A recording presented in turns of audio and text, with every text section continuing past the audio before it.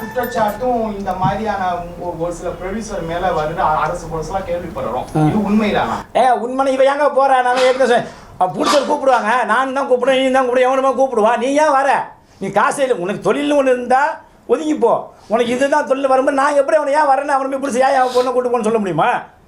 உண்மை. இவ ஏங்க போற? நான் ஏற்கனவே பிடிச்சர் கூப்பிடுவாங்க, நான் தான் கூப்பிடுவேன், நீ தான் கூப்பிடுவேன், எவனுமா கூப்பிடுவா. நீ ஏன் வர? நீ காசே இல்லை, உனக்கு தொழில்னு ஒன்று இருந்தால் ஒதுங்கிப்போ.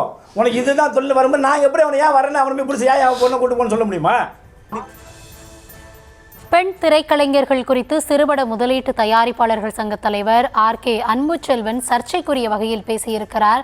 அருவருக்கத்தக்க வகையில் அவர் பேசிய அந்த காட்சிகளை பார்த்தும் விவரங்களோடு இணைகிறார் எம்முடைய செய்தியாளர் வெங்கட்ரமணன். வெங்கட், கூடுதல் விவரங்கள்.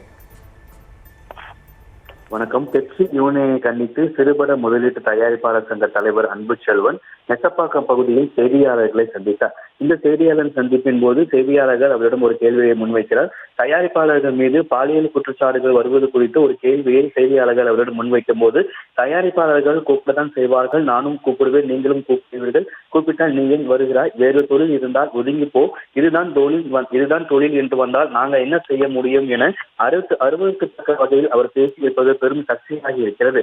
தொடர்ச்சியாக ஒரு பொதுவெளியில் இது போன்று பெண்களை அவமதியாக பேசியிருப்பது பெரும் பரபரப்பை ஏற்படுத்தியிருக்கிறது. பெண் திரைக்கலைஞர்கள் குறித்து சிறுபட முதலீட்டு தயாரிப்பாளர் சங்க தலைவர் அன்புச்செல்வன் வாழ்வோருக்கத்தையும் பேசியிருக்கிறது பெரும் பரபரப்பை ஏற்படுத்தியிருக்கிறது. பெப்சி யூனியனை கண்டித்து சிறுபட முதலீட்டு தயாரிப்பாளர் சங்க தலைவர் அன்புச்செல்வன் நெசப்பாக்கத்தில் செய்தியாளர்களை சந்தித்திருக்கிறார். அதாவது பெப்சி யூனியனை கண்டித்து அந்த நடைபெற்றக்கூடிய அந்த செய்தியாளர் சந்திப்புல பாலியல் தொல்லை குறித்து செய்தியாக எழுப்பிய கேள்விக்கு இது போன்று அருவருக்கத்தக்க ஒரு பதிலை அவர் கூறியிருக்கிறது பெரும் சர்ச்சையாகி இருக்கிறது.